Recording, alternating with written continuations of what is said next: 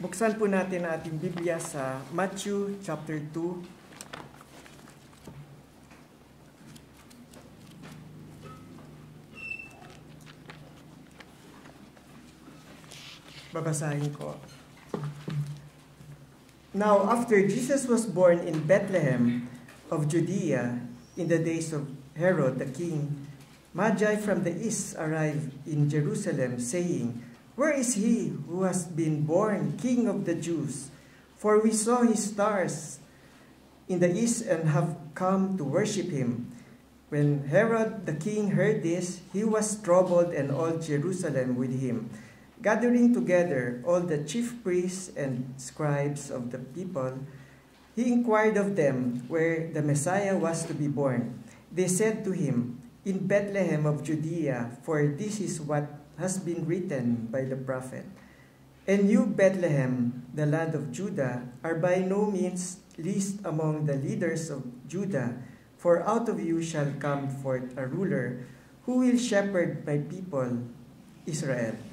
Verse 7, Then Herod secretly called the Magi and determined from them the exact time the star appeared. And he sent them to Bethlehem and said, "Go and search carefully for the child, and when you have found him, report to me so that I too may come and worship him." After hearing the king, they went their way, and the star which they had seen in the east went on before them until it came and stood over the place where the child was. When they saw the star, they rejoiced exceedingly with great joy.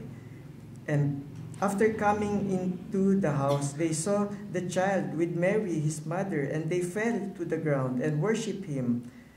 Then, opening their treasures, they presented to him gifts of gold, frankincense, and myrrh. And having been warned by God in a dream not to return to Herod, the Magi left for their own country by another way. Now when they had gone, behold, an angel of the Lord appeared to Joseph in a dream and said, "Go up, take the child and his mother, and flee to Egypt, and remain there until I tell you, for Herod is going to search for the child to destroy him." So Joseph got up and took the child and his mother while it was still night, and left for Egypt. He remained there until the death of Herod. This was to fulfill what had been spoken by the Lord through the prophet, "Out of Egypt I called my son." Then when Herod saw that he had been tricked by the Magi, he became very enraged and sent and slew all the male children who were in Bethlehem and all its vicinity from 2 years old and under, according to the time which he had determined from the Magi. Then what had been spoken through Jeremiah the prophet was fulfilled. A voice was heard in Ramah, weeping and great mourning, Rachel weeping for her children, and she refused to be comforted because they were no more. But when Herod died, behold, an angel of the Lord appeared in a dream to Joseph in Egypt and said, "Go up, take the child and his mother, and go into the land of Israel, for those who sought the child's life are dead." So Joseph got up, took the child and his mother, and came to the land of Israel. But when he heard that Archelaus was reigning over Judea in the place of his father Herod, he was afraid to go there. Then, after being warned by God in a dream, he left for the region of Galilee and came and lived in a city called Nazareth. This was to fulfill what was spoken through the prophet, "He shall be called Nazarene."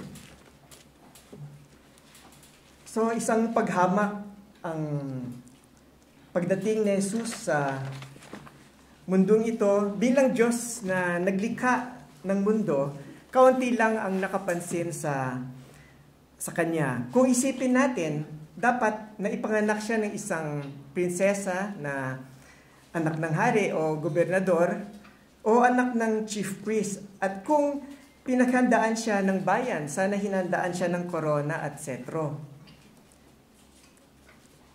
Kung nakalagay nga sa Philippians chapter 2 verse 7, hinubaran niya ang kanyang sarili at kinuha ang anyong alipin na naging katulad ng tao. Mga shepherd lamang ang nakapansin sa kanya. Dapat nga ang iskriba at punong pare na nakakaalam ng propesiya.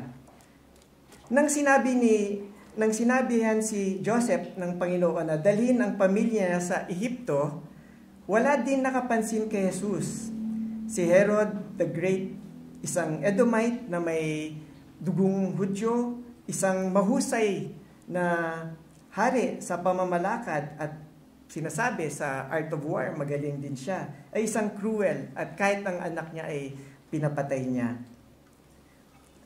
Ayon sa kaysaysayan, at pinatay din niya ang mga bata na 2 taon pababa sa Bethlehem. At kung isipin natin, 35 years na siya nagre-reign. So, napakatagal na, pero parang kulang pa sa kanya. Sa maikling panahon, nang namatay si Herod, at sa verse 15 ay sinabi na, "Out of Egypt, I called my son." So, si Jesus, naging shelter din niya ang Egypt, pero nakalagay din na, "But Christ was sent to the lost sheep of the house of Israel," ayon sa Matthew 15. Kaya kailangan ni Jesus bumalik sa Israel. Sa mga verses na basa natin, ayon sa nasusulat sa Lumang Tipan tungkol kay Kristo, ay nagpapatunay lamang na siya ang laman ng Lumang Tipan. At ang fulfillment ito ay nagpapatunay na siya rin ay Mesiyas. Sa bituin na sinusundan ng mga wise men, si Kristo ang bituin na nanggaling kay Jacob ayon sa Numbers 24. Sa Bethlehem, ibig sabihin, house of bread. Si Kristo, bread that came down from heaven, ayon sa John 6. So, pasalamat tayo na may laya tayo para siya sambahin. Pasalamat tayo dahil napakabuti ng Diyos sa atin na linggo-linggo kaya sumasamba tayo ng may laya. At panghuli, kung si Jesus ay nasanggol, ay naging trouble kay Herod, mga Kristiyano sa atin kalagitnaan na nananalangin sa Diyos, na nabubuhay ng banal, na nagbabahagi ng salita niya, ay isa ring sakit sa ulo sa dyablo.